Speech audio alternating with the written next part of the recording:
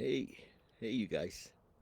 So I'm gonna do a quick deal on dads in recovery, and are we rolling? Here we are. Gonna do a quick deal on dads in recovery. This is hard for people.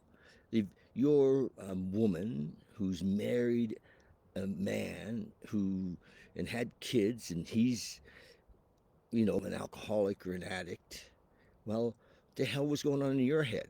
You know, but we're often attracted to alcoholics and addicts because our dads were alcoholics and addicts, right? And so, anyway, here we are in the situation often with where we have a man in our life. You're a woman, and you have a man in your life, and he's the father of your kids, and you wake up one day and realize that he wasn't very mature. He was like, oh God, you don't have two kids, you have three. You don't have you have the two kids that you had with him and him, and so this happens. Many of us who are addicts and alcoholics, we wake up one day and realize that we're not very mature. When I sobered up at 25, you know, maybe emotionally I was about 13, still getting angry and punching holes in the wall and still trying to get my way, still full of fear. And that takes a long time. That growing up process for men takes a long time. My mother used to say years ago, never judge a man before he's 35. And I don't know really what she meant. Maybe it takes us that long to grow up, but so here you are. You got a guy, and he's kind of an adolescent in a 30-year-old body, and you what the hell are you going to do with him? And sometimes you're disappointed. I get that. And you're angry. I get that. And you're like, what the hell happened? And why is he the way he is? And often in our addiction, we're looking for instant gratification, so we run off with the secretary or the babysitter or whoever the hell it is we run off with, because that happens, and then you're really disappointed, and so it's a mess sometimes, and you say, well, fuck it, I'm just gonna cut him off. you know he doesn't show up anyway, he disappoints the kids. He promises he's going to come and he doesn't come, and they're sitting thinking it's their fault, and it's the cycle continues, right? So how do we break the cycle? I just had a group here last night, my Thursday night dads in recovery group, and damn, it went really well. It's like we're talking about stuff that there aren't instant solutions for. There just aren't.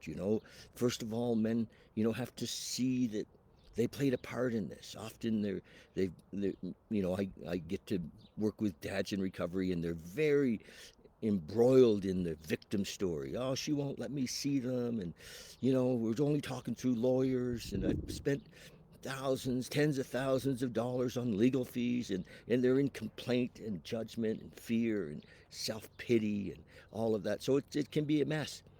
But I remind them, well, what do we want here? We want to be a dad, and no dad can be a dad without a mom. I mean, yes, it just doesn't happen. There's got to be a mom somewhere in the equation. Now, sometimes she's passed away, and that's something to deal with too.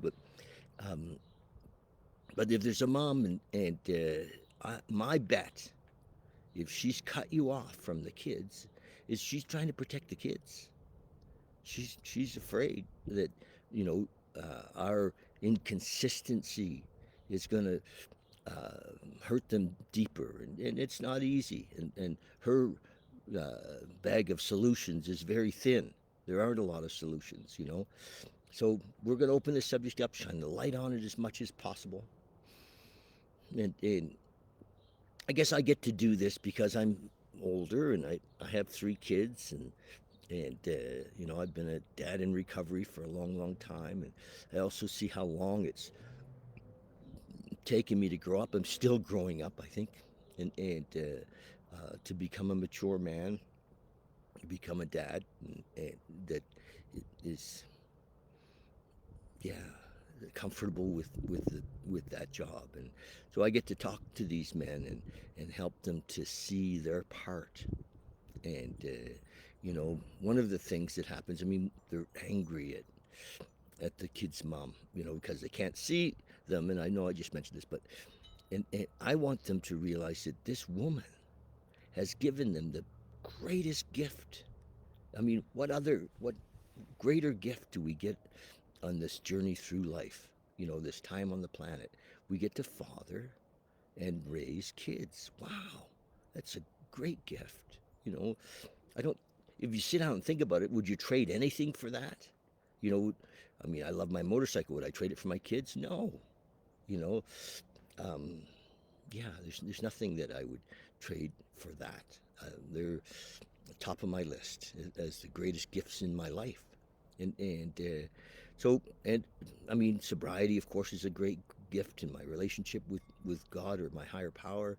It's all in the mix of all of that, but and so I have two wonderful women who gave me children, and I love them both today still, and I'm grateful to them both today still. And I would answer their call or go and help in any way I possibly can if and when they ask, because they're the mother of my kids. I mean, what other woman has given me a better gift than that? It's amazing. So part of the deal that we do with dads in recovery is to help them see that all right, the victim story stops, the anger stops. Let's look at how can we rebuild these relationships.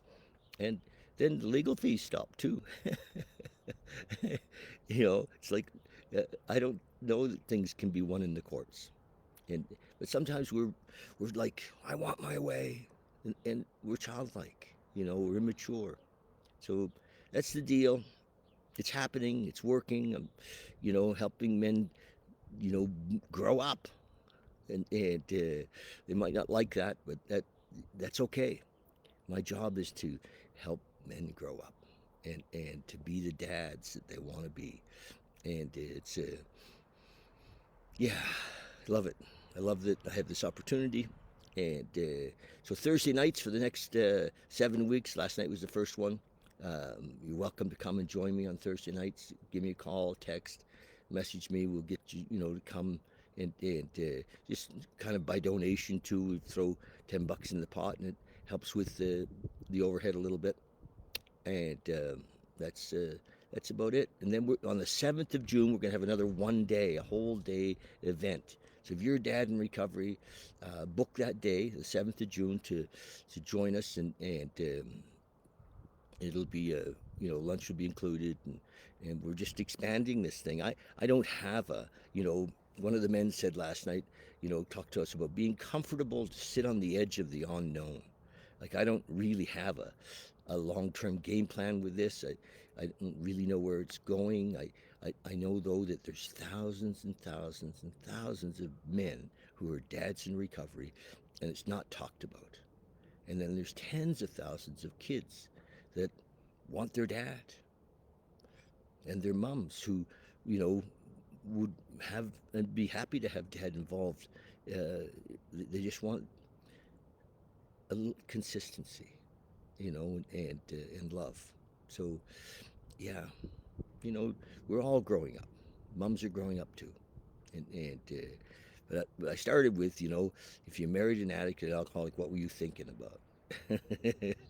What was on your mind that you picked this guy? So you picked him, and now we're in this together, and we're raising kids, and so let's work together on having dad, you know, as much as possible involved. Okay, love you guys. Thanks.